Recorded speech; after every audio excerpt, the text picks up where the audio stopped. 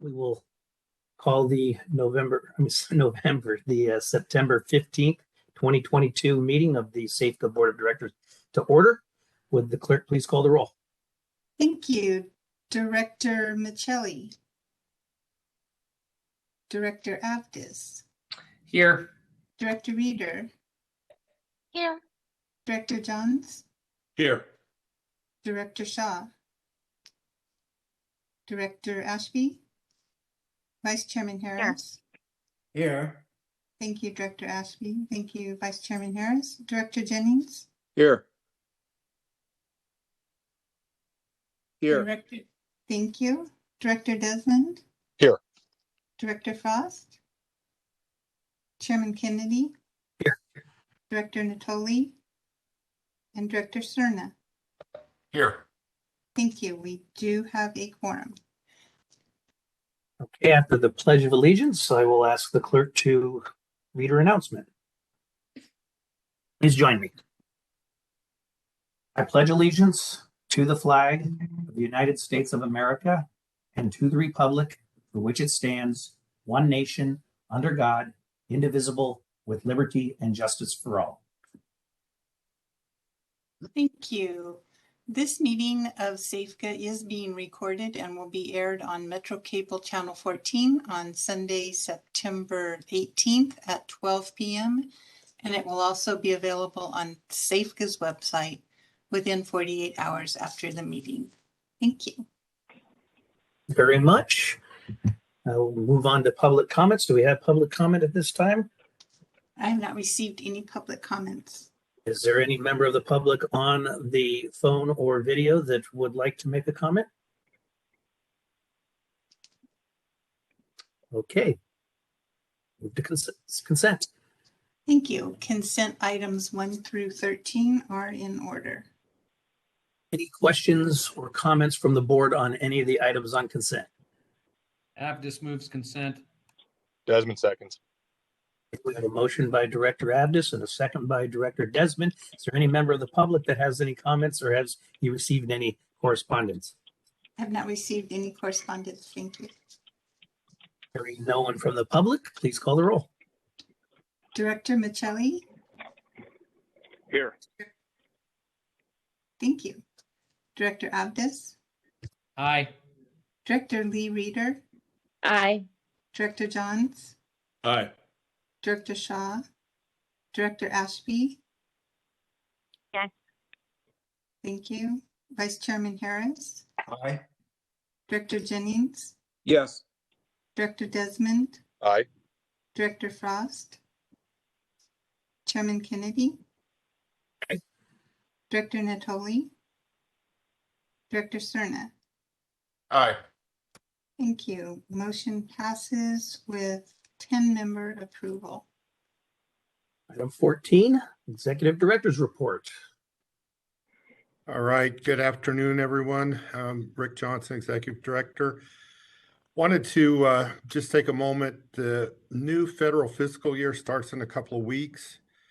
And while the House of Representatives did pass the appropriation bill for the FY23 in July, the Senate has not yet. And so right now, basically, probably the only way to keep us moving forward would be having a continuing resolution. So we're going to have to watch that over the next couple of weeks to make sure that see what happens to keep the government functioning. But just wanted to make you aware of that. So Lindy, if you go to the next slide, please. So I just wanted to visually show you where things stand with construction. This map again shows our 6 federally authorized construction projects reconstructing our system, except for the Yolo bypass. So Lindy, if you hit the next slide. So this one shows the green areas approximate the areas that are essentially complete. If you could hit the next slide, please. The red areas in red show the areas, approximate the areas where construction is ongoing currently. And then I want you to notice this next one, Lindy, if you hit the next slide. So starting fiscal year 23, which starts in a couple of weeks, pretty much all the rest of the contracts for the entire system are going to be awarded within the next FY 23 and 24. And so while we've had a lot of work going on to date, and some of the current construction contracts are going to still be going on next year, the next 2 years, we're really going to see a lot of work. So if you go to the next slide, Lindy. So breaking this down a little more, up at the dam raise, the main dam, left and right wing dams, that work, which includes reconstructing the existing gates out there, that is going to be awarded for construction this December, followed by raising the contracts to raise dikes 1 and 6 in February, and then Mormon Island Auxiliary Dam shortly thereafter, and then in about a year after that, dike 7. So we're going to have a lot of work going on over the next several years up at Folsom. Going to Natomas, pretty much reach the height of the basin, reaches E, F, and G are going to be awarded here within the next year or two. The contract 2 for Reach I, that one that was broken into 2 contracts, the slurry wall work was already done. That one will be awarded in 20. Yeah.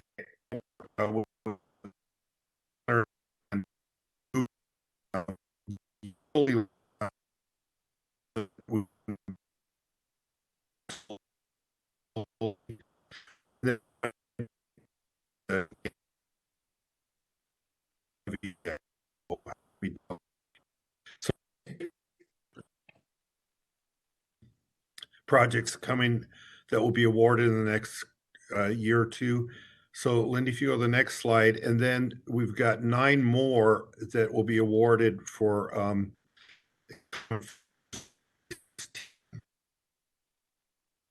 Rick, can you hear me, Rick? This is Jeff Harris. Yes, I can hear you. You kind of broke up for me. I don't know if it's on my end or yours. No, it's you're breaking up quite a bit, Rick. Okay. Can you hear me better now? Just tell your kids to get off the internet. That's not going to happen. So Rick, I didn't catch what you said about Reach I Contract 2. I'm wondering why it got skated back to 2024. I rather anticipated it earlier. So there's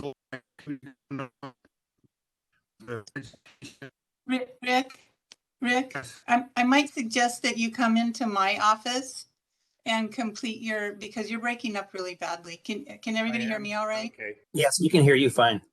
Okay. Okay, I'll come into Lindy's office.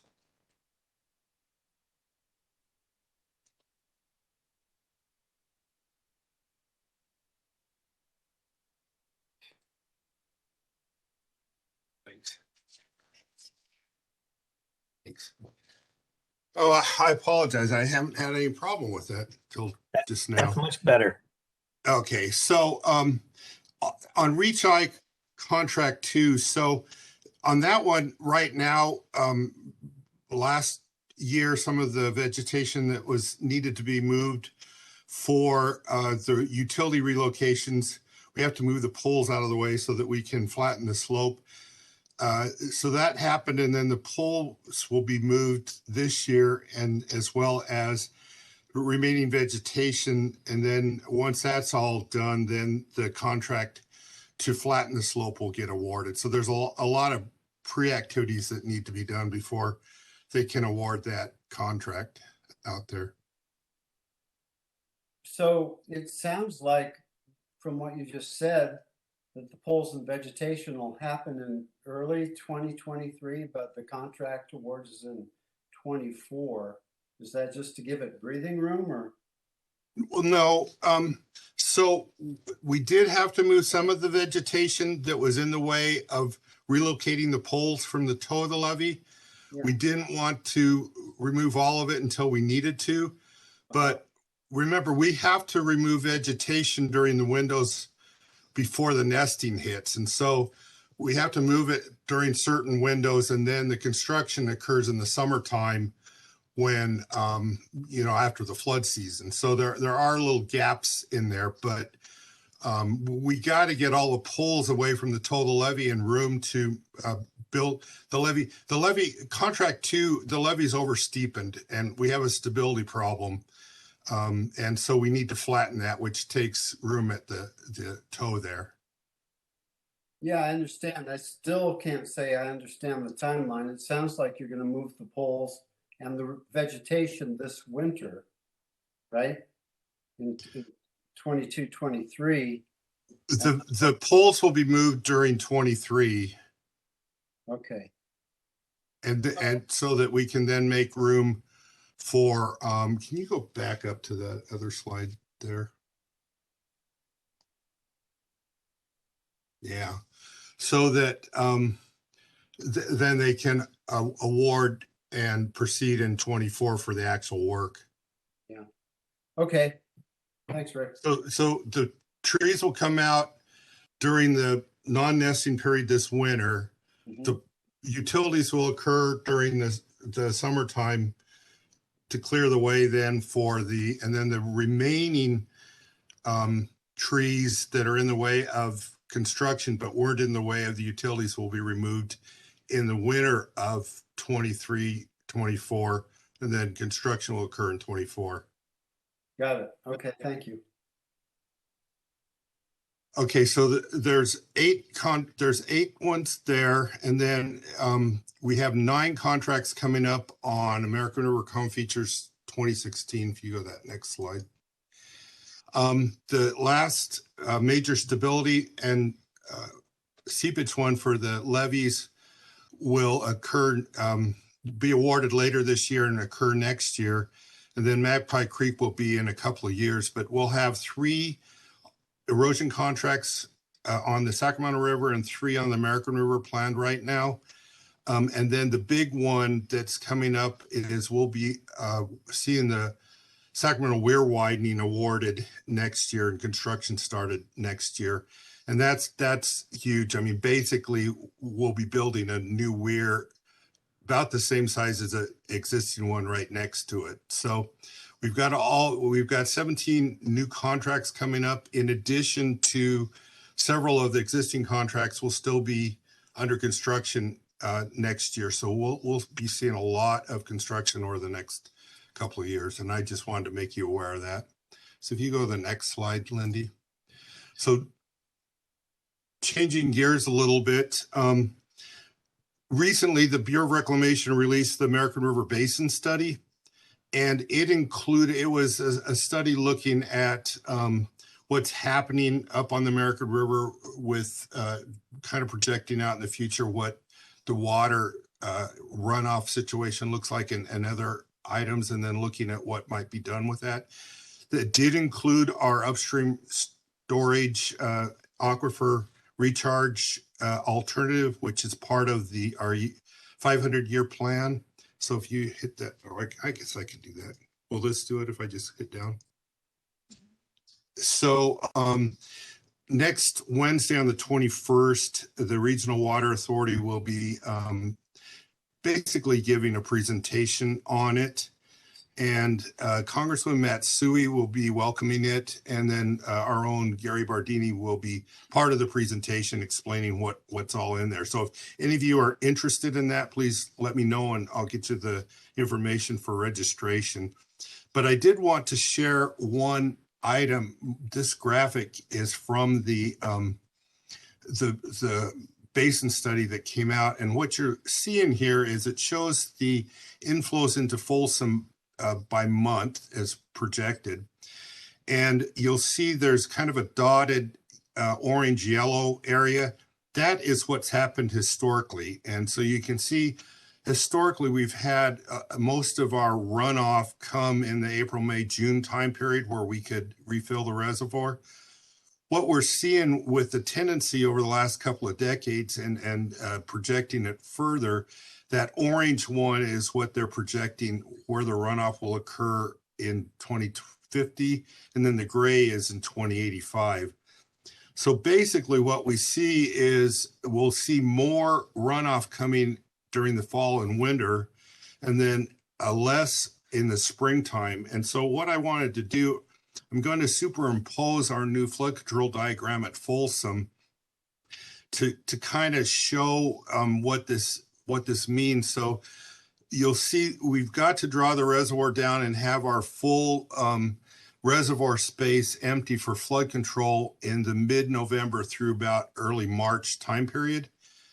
So, and then after March, you can see the line starts going back up. That means we can start refilling the reservoir. So what we're seeing here is that less of the water will be available for the refill period and more water will be hitting us during the period where we have to treat it as flood storage. And so what we're looking at in the basin study and with part of our forecast informed operation upstream, and then also we'll be updating the Folsom manual as part of the dam raise, is looking at how we might even better than what our existing diagram allows us to do, how we might better manage these additional flows and runoff that we're going to see in the flood control period, so that we can still maintain our maximum flood control, but also make better use of that water and possibly be able to save more of it in the future. So I just wanted to make you aware of that. That's part of what's in that study and part of what we're going to be working on over the next few years.